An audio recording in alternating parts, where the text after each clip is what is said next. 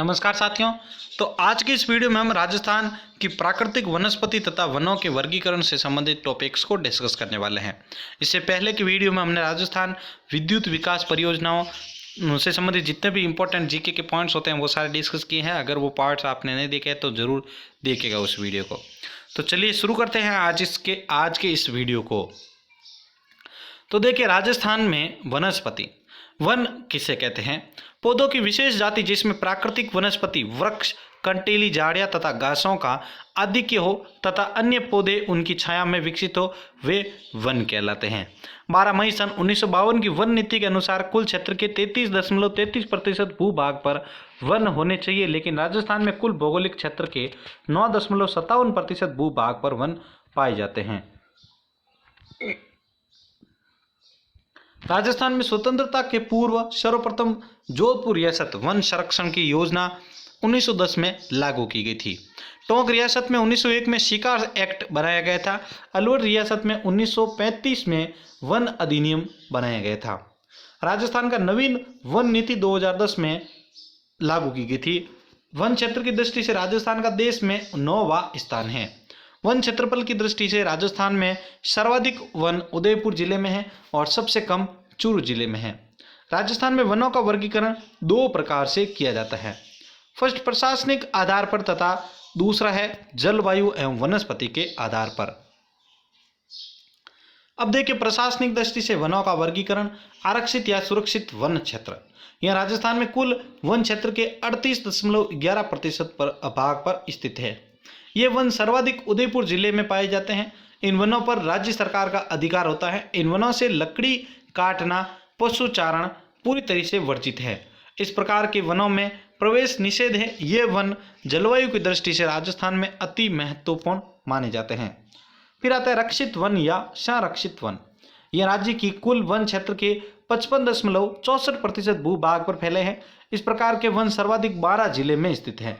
इस प्रकार के वनों पर भी सरकार का नियंत्रण होता है, लेकिन सरकार की आज्ञा के आधार पर सीमित क्षेत्र में लकड़ी काटने, पशु चराने के ठेके दिए जाकर काम किया जाता है। इस प्रकार के वनों का क्षेत्रफल राज्य में सर्वाधिक माना जाता है। अवर्गीकृत वन, यह वन राज्य की कुल वन क्षेत्र का 6.25% भूभाग पर स्थित है। इस प्रकार के वन सर्वाधिक बीकानेर जिले में पाए जाते हैं। इन वन में लकड़ी काटने का प्रतिबंध नहीं है, लेकिन लकड़ी काटने के लिए उन्हें सरकार की अनुमति जरूरी है। इस प्रकार के वन राज्य में सबसे कम क्षेत्रफल में फैले हुए हैं।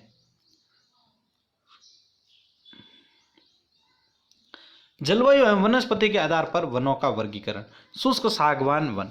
शुष्क सागवान वन राजस्थान में मुख्य रूप से उदयपुर, डूंगरपुर, बांसवाड़ा, झालावाड़, बारां, चित्तौड़ और प्रतापगढ़ जिले में पाए जाते हैं। शुष्क सागवान वन राजस्थान के कुल वन क्षेत्र के 6.86% अर्थात 7% भूभाग पर फैले हुए हैं।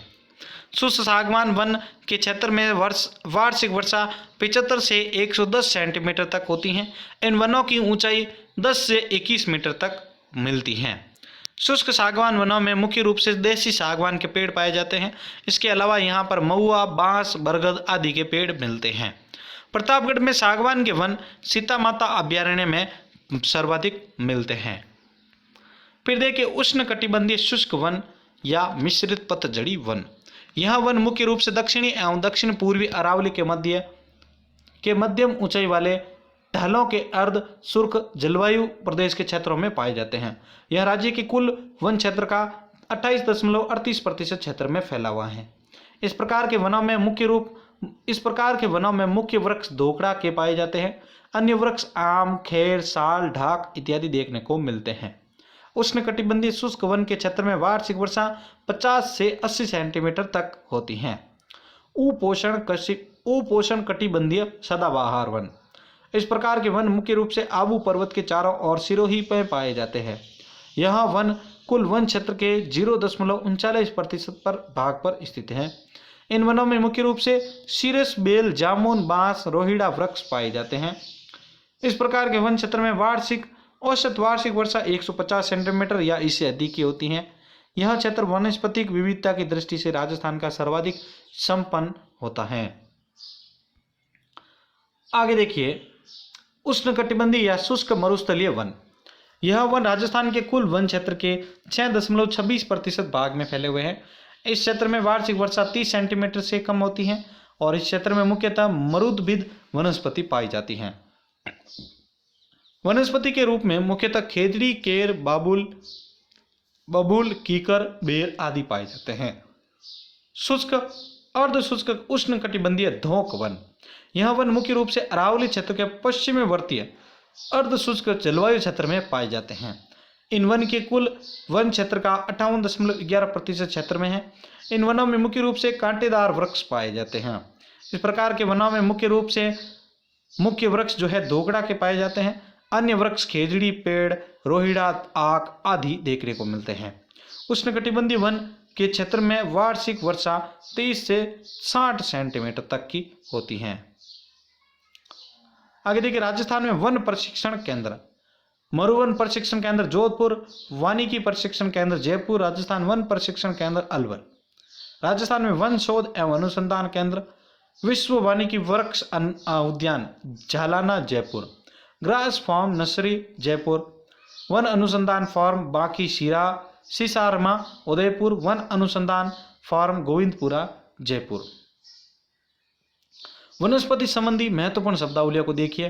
राजस्थान की कृषि को मानसून का जुआ कहा जाता है। राजस्थान की जो कृषि है उसे मानसून का जुआ भी कहा जाता है। होहोबा, राजस्थान के शुष्क प्रदेश में इजराइल की सहायता से होहोबा फसल को बोया जाता है। वालरा कृषि, राजस्थान में की जाने वाली विस्थापित या स्थानांतरित कृषि को वालरा कृषि कहते हैं। बर, धामण, मुरात, अंजल, सेवण, करड़ आदि घास के प्रकार हैं। ये घासें सर्वाधिक जैसलमेर जिले में पाई जाती हैं। टसर रेशम के उत्पादन से परोक्ष रूप से जुड़े अर्जुन वृक्ष के लिए टसर विकास कार्यक्रम 1986 में कोटा, उदयपुर तथा बांसवाड़ा जिले में प्रारंभ किया गया था। बांस वृक्ष को आदिवासियों का हरा सोना भी कहा जाता है। यह अगरबत्ती एवं स्टिक बनाने के लिए प्रयुक्त किया जाता है। कत्था बनाने के लिए खेर वृक्ष की छाल का प्रयोग किया जाता है। बीड़ी बनाने में प्रयुक्त तेंदू के पत्तों को प्रयोग किया जाता है। ये पेड़ सर्वाधिक बांसवाड़ा जिले में पाए जाते हैं। तेंदू को बागड़ का चीकू भी कहा जाता है। बागड़ का चीकू भी कहा जाता है तेंदू को। जोधपुर के खेजड़ी गांव में खेजड़ी के पेड़ों को काटने से बचाने के लिए 1730 ईस्वी में अमृता देवी बिश्नोई के नेतृत्व में 363 बिश्नोई लोगों ने अपने प्राण न्यौछावर किए थे। उन्हीं के उपलक्ष्य में राजस्थान में वन विकास हेतु अमृता देवी पुरस्कार दिया जाता है साथियों। तो साथियों, यहाँ पर हमारा ये पार्ट कंप्लीट हो रहा है और नेक्स्ट वाले पार्ट के अंदर हम राजस्थान के राष्ट्रीय उद्यान, वन्य जीवी अभ्यारण्य, जंतुआलय, कन्वर्जेशन रिजर्व एवं आखेट निषेध क्षेत्र के बारे में डिस्कस करेंगे, जो कि 2 पार्ट्स के अंदर डिवाइड करेंगे हम। तो साथियों, आज का वीडियो कैसा लगा है अपनी राय नीचे कमेंट बॉक्स में जरूर दीजिएगा और अपने दोस्तों तक इस वीडियो को जरूर शेयर कीजिएगा साथियों। ठीक है, तो चैनल के ऊपर नए हैं तो चैनल को सब्सक्राइब भी जरूर कर लीजिएगा। इसी के साथ मैं संपत लेलड़ आप सभी से अलविदा ले रहा हूँ। मिलते हैं नेक्स्ट वीडियो में। धन्यवाद।